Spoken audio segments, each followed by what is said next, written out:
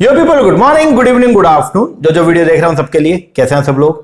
बेटा ओके, एक बार फिर से स्वागत है आप सबका हमारे नए लेक्चर में। गाइस आज की क्लास में हम लोग जो है वो क्या करने वाले हैं? आज की क्लास में हम लोग जो है वो करने वाले हैं हमारा हायर एजुकेशन, जिसका हम लोगों ने चैप्टर नंबर 5 जो हमने स्टार्ट किया था, हायर एजुकेशन बुक का चैप्टर नंबर 5 जो हमारा चल रहा था, तो उसके अंदर एक हमारा टॉपिक जो पेंडिंग रह गया था, जिसका नाम है आयुष का टॉपिक। क्या है? AISHE, AISHE, all India survey on higher education. तो ये वाला टॉपिक हमारा पेंडिंग रह गया था, तो मैंने आपको बोला था कि 2 लेक्चर इसके ऊपर हम लगाएंगे और प्रॉपरली इस टॉपिक को कंप्लीट जो है वो करेंगे। ओके, तो आज के वीडियो में क्या करने वाले हैं? आज के वीडियो में हम लोग आयुष का टॉपिक जो है वो स्टार्ट करेंगे और इसके बाद फिर अपना मेनली एक चैप्टर नंबर 3 जो है वो रह जाएगा। फिर नेक्स्ट वीडियो, अगली वीडियो में आयुष पूरा कंप्लीट करके उससे अगली वीडियो के अंदर फिर हम लोग जो चैप्टर नंबर 3 को स्टार्ट करेंगे, जिसके अंदर बेसिकली सारा रैंकिंग का टॉपिक जो है वो दिया हुआ है। ओके जी, तो क्या होता है आयुष? आयुष है क्या बेसिकली? तो ये एक सर्वे है। ओके, ये एक सर्वे है जिसको मिनिस्ट्री ऑफ एजुकेशन, जिसका पहले का नाम था MHRD, मिनिस्ट्री ऑफ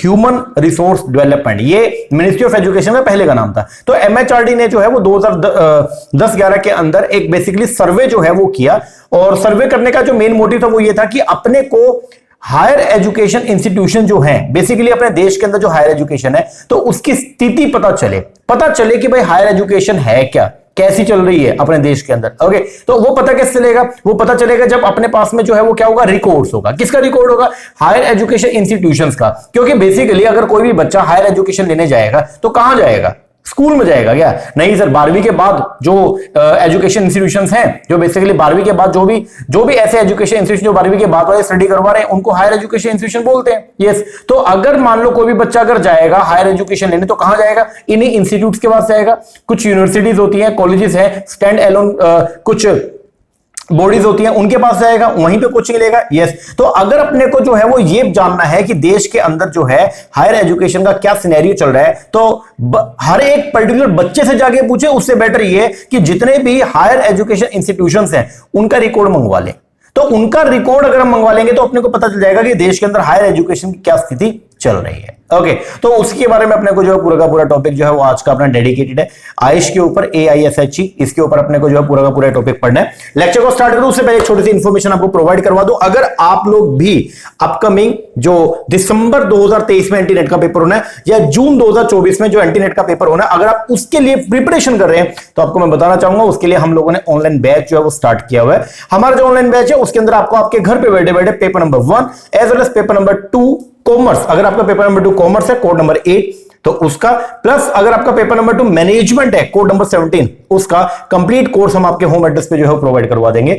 घर पे बैठे बैठे आप लोग जो तैयारी कर सकते हैं, कहीं भी इधर उधर भटकने की जरूरत नहीं है। क्या क्या मिलने वाला है? तो हम लोग जो आपको कोर्स प्रोवाइड कराएंगे उसमें मिलेंगे आपको 4 चीजें। सबसे पहले मिलेगा सारा का सारा स्टडी मटेरियल हार्ड कॉपी में, प्रॉपर बुक्स हमने बना रखे हैं इस तरीके से, जैसे ये हायर एजुकेशन बुक है इस तरीके से 10 बुकलेट्स जो है वो आपके होम एड्रेस पे आएगा, ये मिलेगा। साथ में आपको जो है 10 किताबें पेपर 1 की, और अगर आपका सब्जेक्ट कॉमर्स या मैनेजमेंट है तो 10 किताबें पेपर नंबर 2 की भी आपको मिलेंगी। ठीक है, तो 20 तो किताबें हैं, प्लस में हर यूनिट का आपको डिटेल एक्सप्लेनेशन वीडियोस मिलेंगे, कंप्लीट लेक्चर आपको मिलेंगे 2, तीसरा आपको हर यूनिट की रिवीजन वीडियो भी मिलेगी 3, और साथ में प्रैक्टिस करने के लिए प्रैक्टिस के MCQs PDF फॉर्म में आपको जो है वो अवेलेबल करवाए जाएंगे। तो अगर आप इंटरेस्टेड है, नीचे नंबर है, इस पे कॉल करके या व्हाट्सएप करके आप इंक्वायरी कर सकते हैं। ओके जी, चलो अब हम लोग जो स्टार्ट करते हैं हमारे टॉपिक का नाम जो है वो क्या? आयुष, AISHE, ऑल इंडिया सर्वे, ऑल इंडिया, पूरे इंडिया के अंदर जो है वो क्या करेंगे? सर्वे करेंगे किस पे?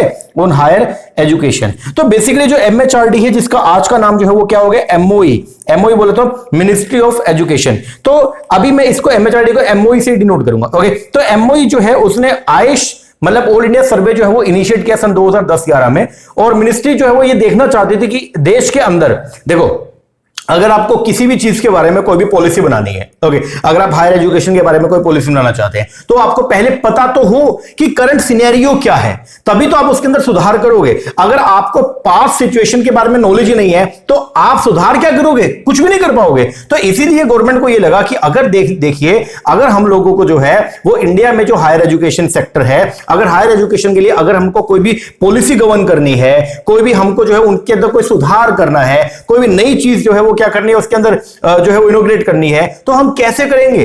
तो उसके लिए जो है मिनिस्ट्री ऑफ एजुकेशन ये बोले कि एक काम करते हैं, हम सर्वे करते हैं, ठीक है, और सभी वो सारे इंस्टीट्यूट का मतलब यहां पे यूनिवर्सिटी भी आ गया, कॉलेजेस भी आ गया, डीम्ड यूनिवर्सिटी, प्राइवेट यूनिवर्सिटी, सब कुछ आ गया, ठीक है। तो वो सारे इंस्टीट्यूट या वो सारे हायर एजुकेशन के इंस्टीट्यूशन जिनका बेसिक जो एम है वो है हायर एजुकेशन इंपार्ट करना, ध्यान दीजिएगा बात को, वो सारे इंस्टीट्यूशंस जो क्या करते हैं, देश के अंदर हायर एजुकेशन को इंपार्ट करने का काम करते हैं, ओके, तो उनके लिए एक सर्वे जो है वो किया गया और ये बोला गया, उन इंस्टीट्यूट्स को बोला गया, मतलब जो हायर एजुकेशन इंस्टीट्यूशंस है उनको बोला गया कि आप एक काम कीजिए, क्या काम करेंगे आप एक काम कीजिए, आप पूरा डिटेल रिकॉर्ड हमारी साइट पे जो है वो क्या कर दीजिएगा, पब्लिश कर दीजिएगा।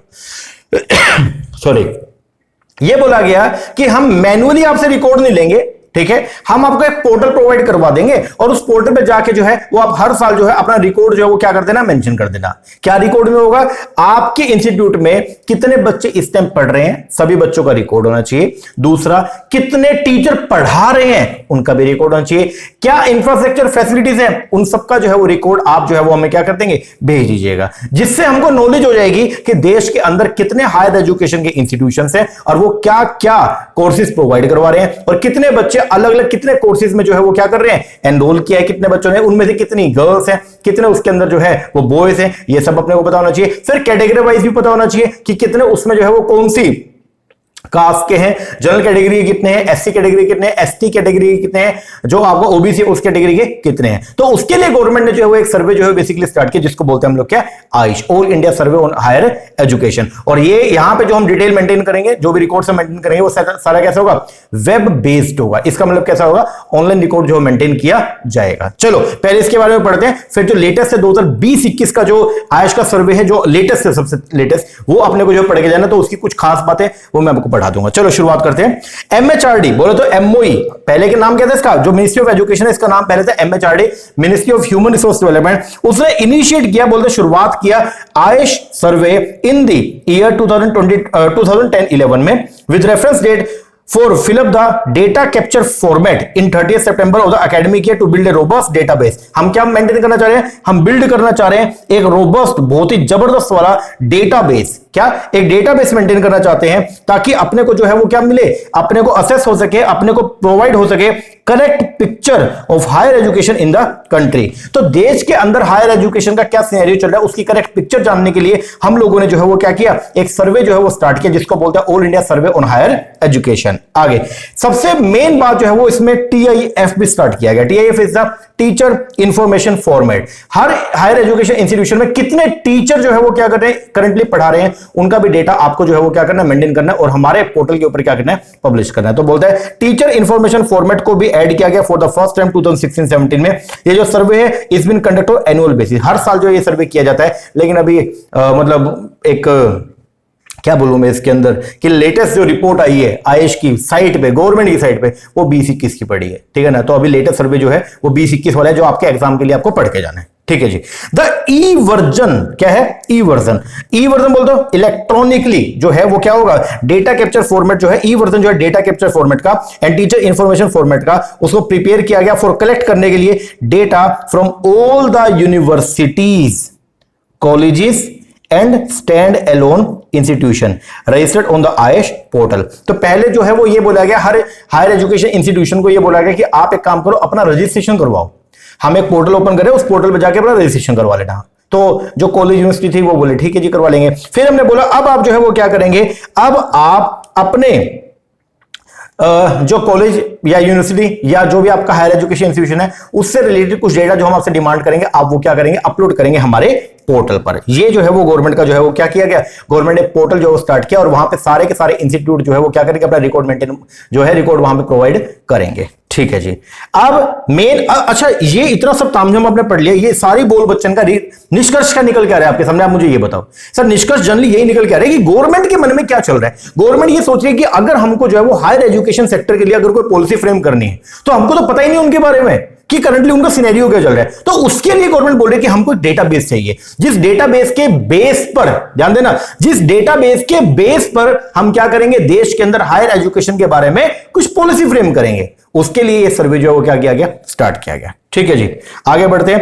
एक्सपेक्टेशन क्या थी, ये जो सर्वे हम करेंगे, सर्वे से हमारी एक्सपेक्टेशन जो वो क्या थी, सबसे पहले क्रिएट करेंगे कॉम्प्रिहेंसिव डेटाबेस। क्या करेंगे, एक डेटाबेस जो है मेंटेन करेंगे जो अपने को हेल्प करेगा पॉलिसी मेकिंग में। दूसरा, नो टाइम लैग, कोई भी इसके अंदर टाइम लैग नहीं होगा, लेकिन गवर्नमेंट इसके अंदर जो फेल हो गई है। और रिसेंटली जो डेटा है, आप उसकी जो मिनिस्ट्री ऑफ एजुकेशन के पास की साइट पर अगर आप जाएंगे, ठीक है, तो या जो पीआईबी की साइड पे जाएंगे तो वहां पे आपको 2020-21 का डेटा ही अवेलेबल होगा। चलो खैर कोई बात नहीं, यही अपने को पढ़ के जाना है। दूसरा, complete and reliable education indicator जो है वो यहां पे आपको देखने को मिलेंगे, जो अपने को हेल्प करेंगे जानने में कि देश में हायर एजुकेशन का क्या सिनेरियो चल रहा है। वो क्या क्या होंगे, स्टूडेंट एनरोलमेंट कितना है, कितने बच्चों ने जो है अंडर ग्रेजुएट कोर्सेज में एनरोल किया, कितने बच्चों ने पोस्ट ग्रेजुएट कोर्सेज में एनरोल किया, कितने बच्चों ने डायरेक्टेड जो कोर्सेज है उनमें एनरोल किया, वो सब। दूसरा, जीईआर ग्रोस एनरोलमेंट रेशियो क्या है वो देखेंगे। फिर जीपीआई जो जेंडर पैरिटी इंडेक्स है वो देखेंगे।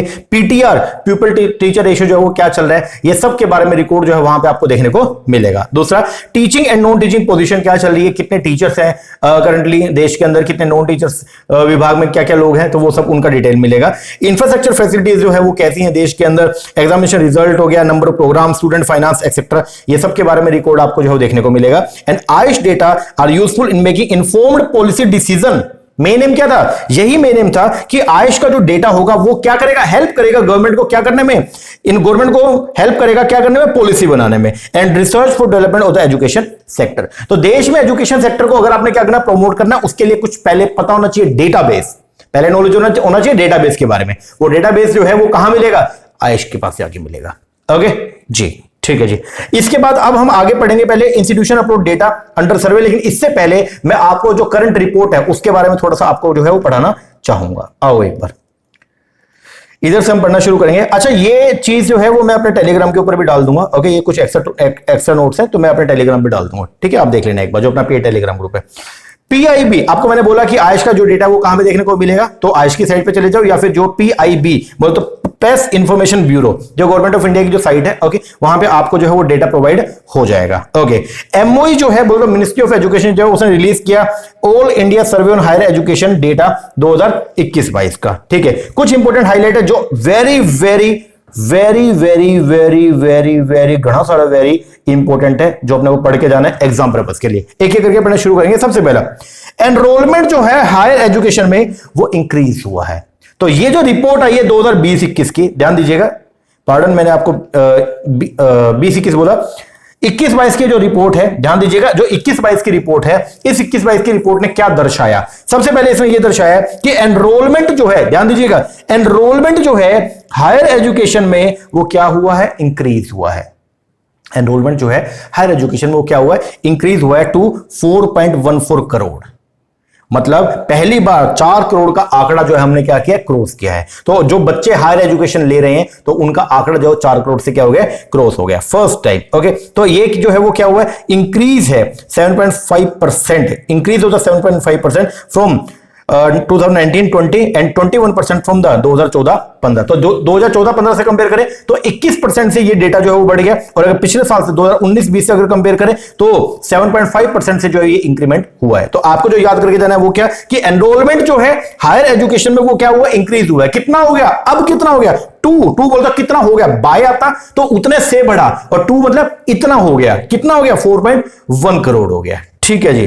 फीमेल एनरोलमेंट जो है उसने भी 2 करोड़ का आंकड़ा जो है क्या कर दिया, क्रॉस कर दिया है। तो खास बात ये है, फीमेल एनरोलमेंट जो है वो भी क्या हुआ है, रीच 2 करोड़ मार्क, इंक्रीज हुआ 13 लाख से जो है डेटा जो है वो क्या हो गया, इंक्रीज हो गया। ठीक है जी। एससी स्टूडेंट जो है उनमें भी जो ग्रोस एनरोलमेंट है वो क्या हो गया, बढ़ गया 28% से। सिग्निफिकेंट इंक्रीज जो 28% is in enrolment of the SC student, और फीमेल एससी स्टूडेंट की अगर बात करें तो 38% से जो है वो क्या हुआ है, इनका एनरोलमेंट बढ़ा है। वही अगर बात करें एसटी स्टूडेंट का, ठीक है, तो उनका जो है वो क्या, शेड्यूल ट्राइब वालों का जो 47% से जो एनरोलमेंट क्या हुआ है, बढ़ा है। और इनमें अगर गर्ल्स की बात करें तो 63.4% से जो है वो एनरोलमेंट बढ़ा है। ठीक है। ओबीसी वालों की अगर बात करें तो 32% से जो है वो ग्रोस एनरोलमेंट क्या हुआ है, इंक्रीज हुआ है। क्या हुआ है, इंक्रीज हुआ। ये यहां से मुझे नहीं लगता कि शायद क्वेश्चन बनेगा। एक तो ये आ सकता है फीमेल एनरोलमेंट का क्या सिनेरियो है, और एक ये आ सकता है टोटल। तो अगर बात करें as per the new Ayush report 2021-22, तो उसके अंदर जो एनरोलमेंट है हायर एजुकेशन में वो क्या हुआ, इंक्रीज हुआ। कितना हो गया, 4.1 CR हो गया, 4.1 4.1 करोड़ हो गया। पहली बार 4 करोड़ का आंकड़ा जो है वो क्या हुआ, क्रॉस हुआ है। ठीक है जी। दूसरा, फीमेल एनरोलमेंट जो है वो 2 करोड़ से जो है वो क्या हो गया, 2 करोड़ का आंकड़ा उसने भी क्या कर दिया है, पार कर दिया है। ओके जी। इसके बाद में अब खास बात जो यहां से पढ़ना शुरू करेंगे कि नोटेबल इंक्रीज हुआ 29%। जो नॉर्थ ईस्टर्न रीजन है तो वहां के जो बच्चे हैं तो उनका भी जो है वो कितना 29% उनका एनरोलमेंट जो है वो क्या बढ़ा है। यहां तक तो ओके है। ये सबसे इंपॉर्टेंट जो ग्रोस एनरोलमेंट रेशियो है वो भी हमारा जो है वो क्या हो गया, इंप्रूव हो गया पिछले साल के मुकाबले। और जो नया ग्रोस एनरोलमेंट रेशियो है अपने हायर एजुकेशन में वो कितना 27.3। अब पहली बात तो भाई जिन बच्चों को नहीं पता उनको मैं बताता हूं, ग्रोस एनरोलमेंट रेशियो का मतलब क्या होता है, 18 से लेकर 23 साल के जो बच्चे हैं पूरे देश के अंदर, 18 से लेकर 23 साल के जितने भी बच्चे हैं तो उनमें से जिन्होंने हायर एजुकेशन में एनरोल किया उसको बोलते हैं ग्रोस एनरोलमेंट रेशियो। ओके, तो 18 से 23 साल की जो टोटल पॉपुलेशन है उनमें से हायर एजुकेशन पॉपुलेशन कितनी है, मतलब उनमें से कितने ऐसे बच्चे जिन्होंने हायर एजुकेशन के लिए जो क्या क्या एनरोल किए, तो वो है अपने कितने 27.3। तो ये जो अपना रेशियो ये बहुत अच्छा हो गया, अब पहले के मुकाबले बहुत बढ़िया हुआ है। तो ग्रोस एनरोलमेंट रेशियो जो है वो क्या हुआ, इंप्रूव हुआ है from previous year for all social group. तो पहली बात तो ये हो गया कि जो अपना GER है वो क्या हो गया, बढ़ गया। करंटली कितने 27.3 है, बात खत्म हो गया। ठीक है। दूसरा, डिस्टेंस एजुकेशन में भी एनरोलमेंट जो पहले के मुकाबले बहुत ज्यादा बढ़े हैं और 7% से ये जो है वो क्या हुआ है, ग्रो हुआ है। ठीक है। नंबर यूनिवर्सिटी जो है वो भी क्या हुई है, इंक्रीज हुई है। यहां से मुझे नहीं लगता कुछ आएगा। नंबर यूनिवर्सिटी बढ़ी है, कॉलेजेस जो है वो भी बढ़े, बट नेचुरली कि अगर यूनिवर्सिटी बढ़ेगी तो कॉलेज जो है ये भी बढ़ेंगे। खास बात जो है वो ये है gender parity index. Gender parity index जो है इसमें भी जो है वो सुधार देखने को मिला है और हायर एजुकेशन में जो जेंडर पैरिटी इंडेक्स है वो हो गया 1.05। जेंडर पैरिटी इंडेक्स वो क्या दर्शाता है, वो जेंडर पैरिटी इंडेक्स ये दर्शाता है कि मेल्स के मुकाबले में कितने एनरोलमेंट फीमेल्स के हुए हैं।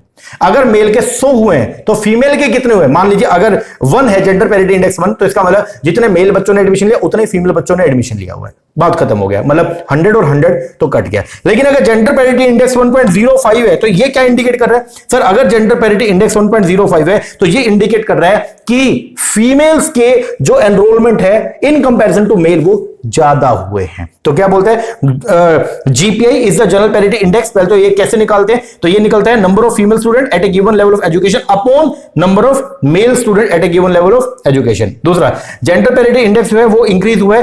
1 था 17-18 के अंदर, 1 का मतलब क्या कि जितने फीमेल बच्चे थे उतने मेल बच्चे थे, लेकिन अब जो है ये धीरे धीरे जो है वो क्या हो गया, इंक्रीज हो गया। और ये इंक्रीज हो गया कितना हो गया, 1.05 हो गया 2020-21 में। स्कूल एजुकेशन में जेंडर पैरिटी इंडेक्स है वो 1.03 है, ये बात ध्यान रखिएगा। ठीक है जी। तो एक ये आ सकता है कि GPI जो है वो क्या है, तो GPI जो है वो हायर एजुकेशन के अंदर 1.05 है और वही अगर बात करें GPI आपका स्कूल एजुकेशन में वो कितना है 1.03 है। ठीक है। अच्छा, ये 1.05 जो है ये फेवरेबल है किसके लिए, गर्ल्स चाइल्ड के लिए, और ये अनफेवरेबल है किसके लिए, बॉयज के लिए। ठीक है ना, क्योंकि उनका रेशियो जो गर्ल्स के मुकाबले क्या हुआ है, कम हुआ है। चलो आगे, ये तो था जो आयुष की जो लेटेस्ट रिपोर्ट है 21-22 की जो रिपोर्ट है, तो उसके कुछ खास बातें, बाकी इसका डिटेल डिस्कशन हम आगे नेक्स्ट लेक्चर के अंदर जो है वो करने वाले हैं। अभी आपको पता था कि आयुष के जो लेटेस्ट रिपोर्ट है उसके अंदर क्या क्या मेन बात है, तो मेन बातें हमने देख लिया। यहां से क्वेश्चन क्या बन सकता है आपको मैं दोबारा से एक बार बता दूं। सबसे पहला ये कि हायर एजुकेशन में जो एनरोलमेंट है वो 4 करोड़ के आंकड़े को पार करके 4.14 CR हो गई है। दूसरा, जो फीमेल एनरोलमेंट है वो 2 करोड़ के आंकड़े को उसने क्या कर दिया है, पार कर दिया है। ग्रोस एनरोलमेंट रेशियो जो वो 27.3 है। और दूसरा जो GPI है जनरल पैरिटी इंडेक्स जो है वो इंक्रीज हो गया 1 से, और 1 से बढ़ के 1.05 है। और वही स्कूल एजुकेशन में जो है वो कितना है, हायर एजुकेशन में 1.05 और स्कूल एजुकेशन में 1.03 है। ठीक है। अब क्वेश्चन ये आया कि भैया हमारा जो हायर एजुकेशन सेक्टर है उसकी कमियां क्या क्या हैं। कमियां तो अभी तो आपने बता दिया, बहुत अच्छा चल रहा है सब कुछ, लेकिन कुछ तो कमियां होंगी। हाँ जी, कमियां है, क्या क्या कमियां, आओ पहले उसके बारे में डिस्कस करते हैं। What are the current major issue relating to India higher education system. जो इंडिया का हायर एजुकेशन सिस्टम है उससे रिलेटेड क्या क्या इश्यूज हैं, तो वो हम पढ़ेंगे। सबसे पहला फैकल्टी शॉर्टेज, सबसे बड़ा इश्यू जो आज की डेट में वो है फैकल्टी शॉर्टेज का। हायर एजुकेशन सेक्टर के अंदर जो है एक क्लास के अंदर आप देखिएगा 100 बच्चों को, बेटा कॉलेजेस में आप देखिएगा 100 बच्चों की क्लास होती है। अब आप देखो अगर वहां पे पीपल टीचर रेशियो जो है वो बिल्कुल ही कितना पुअर हो गया, बच्चे इंडिविजुअल बच्चे पे जो है टीचर ध्यान ही नहीं दे पाएगा। तो सबसे बड़ा जो इशू है वो है क्या, फैकल्टी शॉर्टेज का। तो बोलते हैं आयुष 2020-21 ने शो किया कि टीचर पीपल रेशियो जो है वो कितना था, 27 था for all universities, college and STEM institution, and 24 if and at 24 है if only regular mode is considered, due to which quality of education जो है वो एक कंसर्न है। अच्छा, ये बात ध्यान रखना कि कौन से स्टेट में जो है वो ज्यादा है, कौन से स्टेट में कम है। तो झारखंड और बिहार, वहां पे टीचर स्टूडेंट रेशियो सबसे क्या है, हाईएस्ट है, और पौंडीचेरी और लक्षद्वीप के अंदर जो है वो टीचर स्टूडेंट रेशियो सबसे लोवेस्ट है। आगे दूसरी जो कमी हमारे यहां पे है वो है क्या, इनएडिक्वेट इंफ्रास्ट्रक्चर। सबसे बड़ी जो इशू आ रहा है वो ये आ रहा है कि हमारे यहाँ पे जो है इंफ्रास्ट्रक्चर फैसिलिटीज बिल्कुल भी नहीं है, मतलब एजुकेशन के अंदर जो रिसोर्स होने चाहिए वो हमारे यहाँ पे नहीं है। Poor infrastructure is another challenge to the higher education India due to the budget deficit. एक तो क्या, एजुकेशन सेक्टर पे ज्यादा बजट आपका नहीं है, दूसरा करप्शन, तीसरा lobbying by the vested interest group, public as well as private sector university in India lack the necessary infrastructure. फिर रेगुलेटरी भी इशू है, कोई जवाबदेही नहीं है, कितने बच्चे पढ़ रहे हैं। गवर्नमेंट यूनिवर्सिटीज में आप देखिएगा कि टीचर कभी आ रहा है कभी जा रहा है, बहुत ज्यादा जो है पंगा हो गया। हालांकि अब धीरे धीरे सुधार कर रहे हैं, बायोमेट्रिक कर दिया, कई सारी चीजें जो है उनमें सुधार भी हो रहा है। तो बोलते हैं management of the Indian higher education face challenges of the lack of accountability, transparency and the professionalism. As a result of increase the number of affiliate college and student, the burden जो है administrative function का university का वो क्या हो गया, increase हो गया, एंड द कोर फोकस जो था एकेडमिक पे एंड रिसर्च पे वो क्या हो गया, डाइल्यूट हो गया। हमारा फोकस अब जो है वो एडमिनिस्ट्रेशन पे चला गया है। तो ये भी एक जो है रेगुलेटरी इशू, बहुत बड़ी समस्या हमारे सामने निकल के आई है। अब ये तो हमारी समस्या है, अब समस्या का समाधान कैसे कर सकते हैं उसके बारे में थोड़ा सा देख लेते हैं, ठीक है। अच्छा, एक सबसे बड़ा जो इशू है वो है प्रॉब्लम होता है ब्रेन ड्रेन का। ये क्या है कि इंडिया से जितने भी बढ़िया बढ़िया पढ़ने वाले बच्चे हैं वो सारे के सारे बाहर जा रहे हैं। उनको लग रहा है यहां पे अपॉर्चुनिटी तो है नहीं, पढ़ाई एक तो सबसे बड़ा इशू क्या है कि जो हायर एजुकेशन इंस्टीट्यूशन है वहां पे लिमिटेड सीट्स हैं, ठीक है। अगर टॉप के जो इंस्टीट्यूट्स हैं वहां पे लिमिटेड सीट है, अगर वहां बच्चों का एडमिशन नहीं होता तो बच्चा बोलता भाई नीचे वाले में मैं लूंगा नहीं, मैं तो बाहर जा रहा हूं। तो इससे क्या हो गया, जो ब्रेन है इंडिया का, जो ब्रेन जो इंडिया में रहना चाहिए था, इंडिया में रह के बहुत अच्छी रिसर्च कर सकता था, देश को बहुत बेनिफिट मिल सकता था, वो सब ड्रेन हो गया, बाहर चला गया, ठीक है। क्योंकि उनको बाहर ज्यादा अपॉर्चुनिटी मिल रही है। तो ये भी एक इशू, इसके ऊपर भी जो फोकस करना चाहिए। तो क्या बोलते हैं, due to cut throat competition, एक तो जो बहुत ज्यादा जो है वो गला काट प्रतिस्पर्धा है, बोलते बहुत ज्यादा कॉम्पिटिशन है for getting admission in the top institute like IIT हो गया, आईएम्स हो गया। एक चैलेंजिंग एकेडमिक एनवायरनमेंट जो है वो क्रिएट करता है large number student in India so that they prefer going abroad. और बच्चे जो कहां, अब्रॉड, विदेश भाग रहे हैं, which make our country deprive of good talent, और जिसकी वजह से अपने कंट्री के अंदर जो है गुड टैलेंट की कमी है। There is definitely a quantitative expansion हो रहा है ऑफ द एजुकेशन का in India, but the qualitative front is lagging behind. ठीक है, लोग जो है वो बढ़ रहे हैं, ठीक है, लेकिन अगर बात क्वालिटी वाइज अगर बात करें तो हम बहुत ज्यादा पीछे रह गए हैं।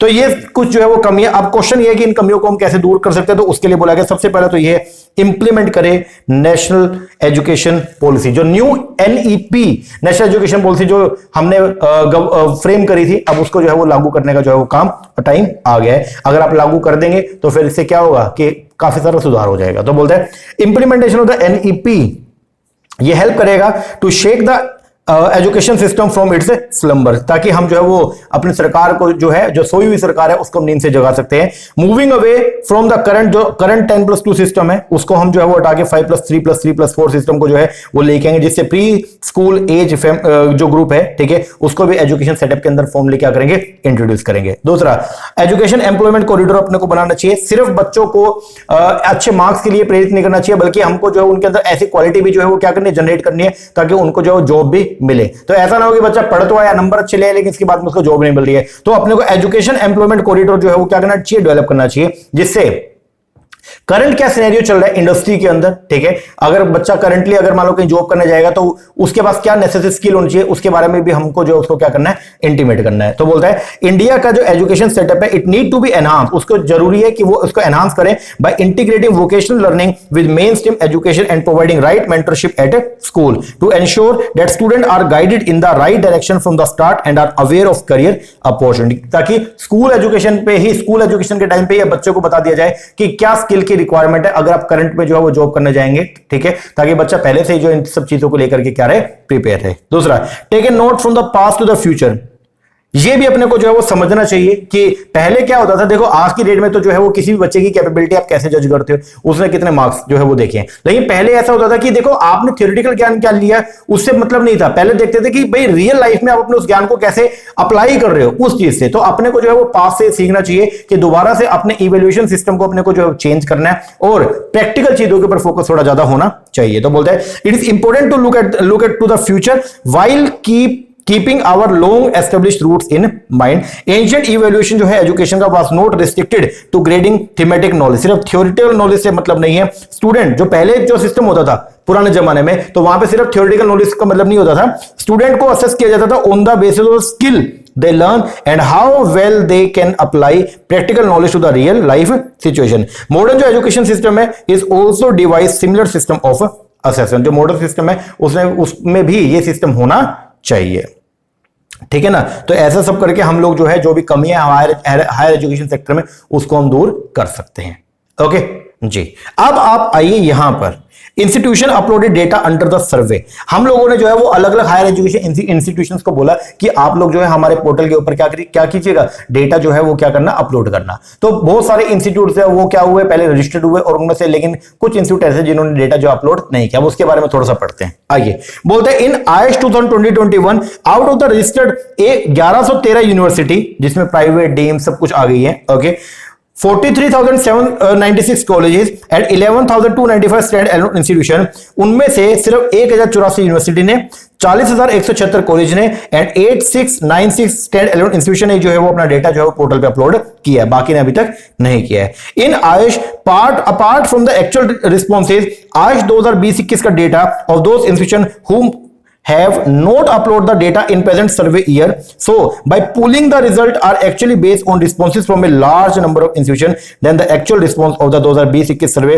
which can be seen from the following table। अब इसको समझना एक बार के लिए, लिस्टेड ऑन द आयुष, देखो इतनी यूनिवर्सिटी, इतने कॉलेज और इतने इंस्टीट्यूशंस जो हैं वो क्या है, आयुष पोर्टल पर रजिस्टर्ड है, लेकिन उनमें से जो एक्चुअल रिस्पॉन्स आया है वो सिर्फ इनका आया है। मतलब जितनी यूनिवर्सिटी है उनमें से 97.5 यूनिवर्सिटी ने ही 5% यूनिवर्सिटी ने डेटा जो वो क्या क्या अपलोड किया, बाकी ने अपलोड नहीं किया। सेम तरीका जो है वो अपने को कॉलेज में देखने को मिला है कि जितने भी कॉलेज है उनमें से सिर्फ 91.8% कॉलेजेस ने अपना डेटा जो अपलोड किया है एंड सेम स्टैंड एलोन जो इंस्टीट्यूशंस हैं उनमें भी 100 में से जो है ओनली 77% इंस्टीट्यूशन ने जो है अपना डेटा जो है वो क्या किया है, बोलो क्या किया, अपलोड किया है, ठीक है ना।